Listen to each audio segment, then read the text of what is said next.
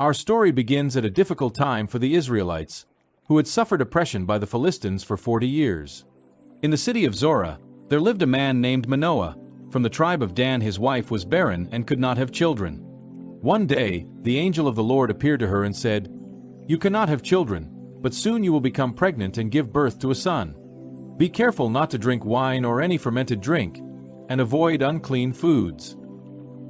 You will have a son whose head will never be cut off with a razor, for he will be a Nazirite, consecrated to God from birth. He will be responsible for leading Israel in liberation from the hands of the Philistines." Surprised and filled with joy, the woman ran to tell her husband about the angel's message. Manoah then prayed to the Lord, asking him to send the angel again to instruct them on how to raise the boy. God heard her prayer and the angel returned. Manoah then asked, "When the angel's words are fulfilled, what will be the rule that will govern the boy's life and work?" The angel repeated his instructions. Manoah's wife was to follow exactly everything he had been commanded. As Samson grew older, the Lord blessed him, and God's Spirit began to guide him while he was in Mahana, between Zorah and Eshtaol. As a young man, Samson went to Timnah and saw a Philistine woman. When he returned home, he said to his parents, "I saw a Philistine woman in Timnah.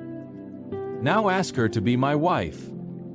His parents were shocked that he wanted to marry a Philistine and asked, "Is there no suitable woman among your relatives or among our people?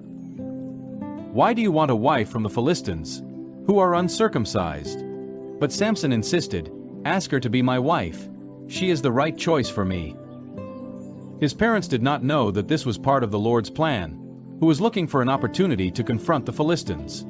On the way to Timnah, Samson encountered a young lion. The forest was dense and the path narrow when suddenly a roar echoed through the air. A young lion, fierce and savage, attacked Samson. The Spirit of the Lord came upon Samson with great power, and with divine strength, he destroyed the lion with his own hands, as if he were tearing apart a young goat. The lion's carcass was torn to pieces, a reflection of Samson's extraordinary strength, but he did not tell his parents what had happened. Later, when he returned to marry his wife, he passed by the lion's carcass and found a swarm of bees with honey inside. He scooped up the honey in his hands and ate it as he walked. When he was reunited with his parents, he gave them some and they ate it too, but he did not tell them that the honey came from the lion's carcass. During the wedding feast at Timnah, Samson challenged his 30 Philistine companions with a riddle. "I will tell you a riddle," Samson said. "If you can solve it within the 7 days of the feast, I will give you 30 linen tunics and 30 sets of clothing. If you cannot, you must give me 30 linen tunics and 30 sets of clothing." They replied, "Tell us the riddle, we want to hear it." And he said, "Something came out of what you ate. Eat what is strong but sweet," and for 3 days they could not answer the riddle. On the 4th day they said to Samson's wife, "Convince your husband to explain the riddle to us, or we will burn you and your father's house to death. Have you invited us here to steal our property?" Then Samson's wife threw herself at him, crying, "You hate me, you do not really love me. You have given my people a riddle, but you have not told me the answer." Samson replied, "I didn't even explain it to my father or mother, so why should I explain it to you?" She wept during the 7 days of the banquet, and on the 7th day he finally gave in because she pressed him so hard. She in turn told the riddle to her people. Before sunset on the 7th day, the men of the city said to Samson, "What is sweeter than honey? What is stronger than a lion?" Samson replied, "If you had not plowed with my heifer, you would not have solved my riddle." Then the Spirit of the Lord came upon him with great power, and he went to Ashkelon, killed 30 men, took their clothes, and gave them to those who had solved the riddle. Samson gave the clothes to those who had explained the riddle. Consumed with anger, he returned to his father's house, and Samson's wife was given to one of his companions who had attended the banquet.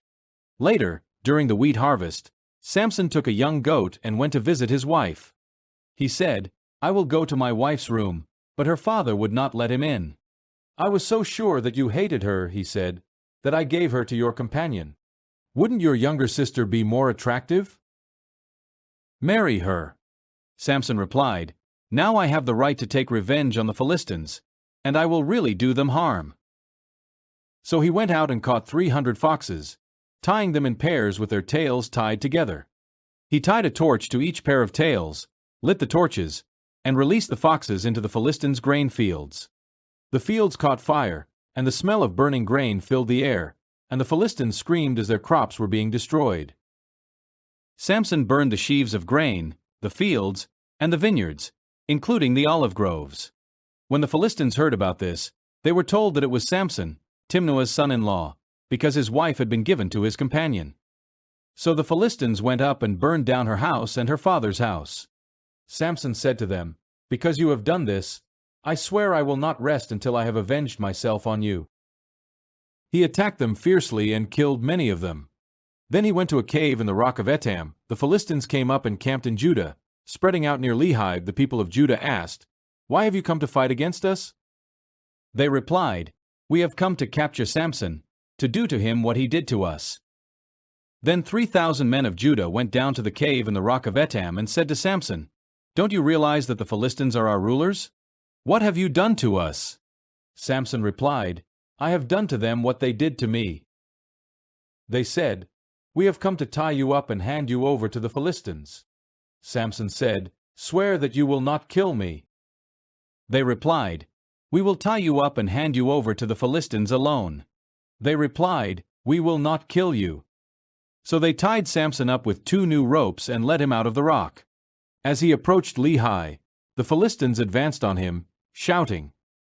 The Spirit of the Lord came upon him with great power, and the ropes on his arms became like burning straw, and the bonds fell from his hands.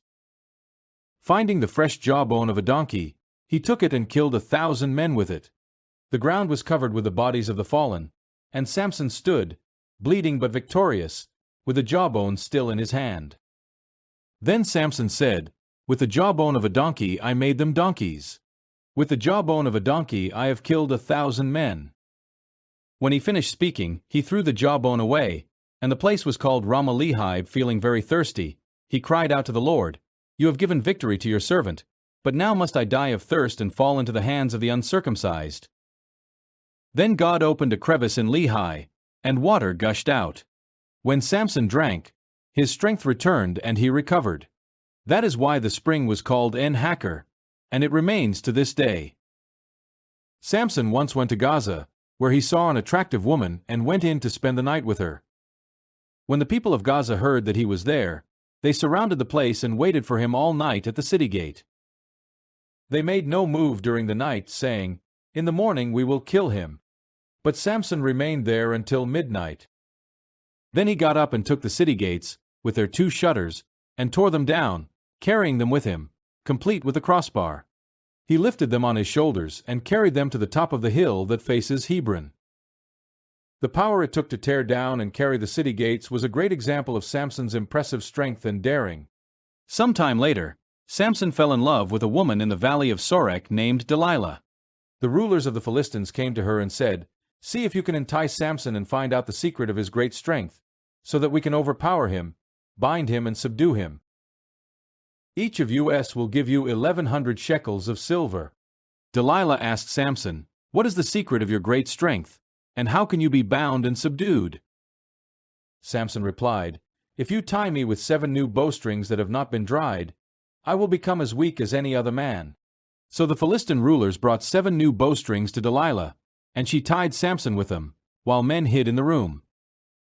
She called to him, "Samson, the Philistines are upon you." But he broke the strings as easily as a thread breaks near a flame. Delilah then said, "You have deceived me, you have lied to me. Now tell me how you can be tied up." Samson replied, "If you braid the 7 braids on my head into the cloth of a loom and fasten it with a peg, I will become as weak as any other man." While he was sleeping, Delilah took the 7 braids from his head, wove them into the cloth, and fastened them with the peg. Again she called to him, "Samson, the Philistines are upon you." He woke up, pulled out the peg and the loom with the cloth, and went on. Delilah said, "You say you love me, but you do not trust me. This is the 3rd time you have deceived me and have not told me the secret of your great strength." With these words she pestered him day after day until he became so disgusted with the situation that he decided to tell her everything.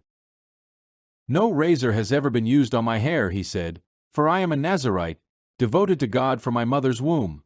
If my hair is cut off, my strength will go away, and I will be as weak as any other man."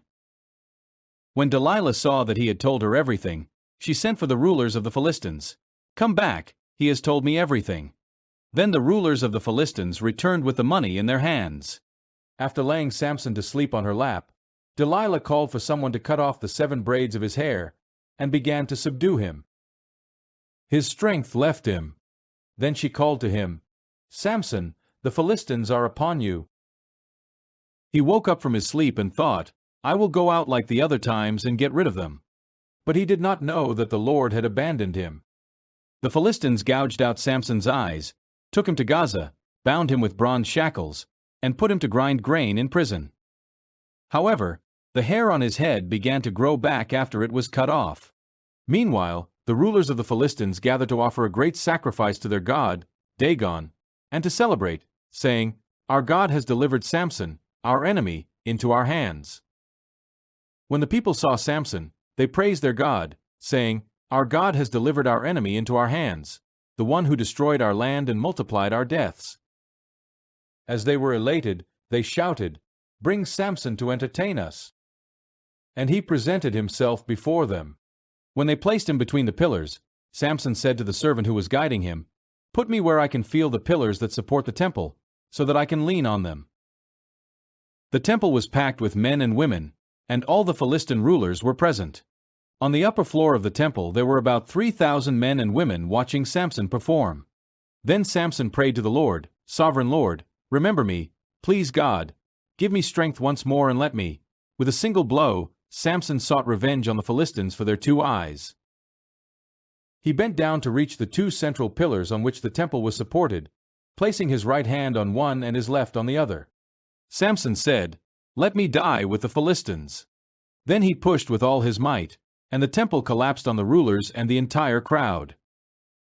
The earth shook, the walls crumbled, and the screams of the Philistines filled the air as the temple collapsed. Thus Samson killed more Philistines at his death than he had in his entire life. Then his brothers and all his father's family went there, took Samson's body, and buried it between Zorah and Eshtaol, in the tomb of his father Manoah. He had led Israel for 20 years.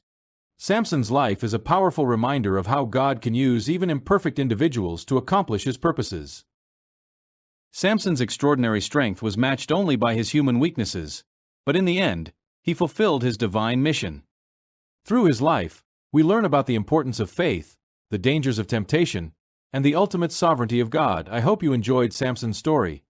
I tried to cover the main facts of the story. If you like the content, don't forget to like it and subscribe for more videos like this.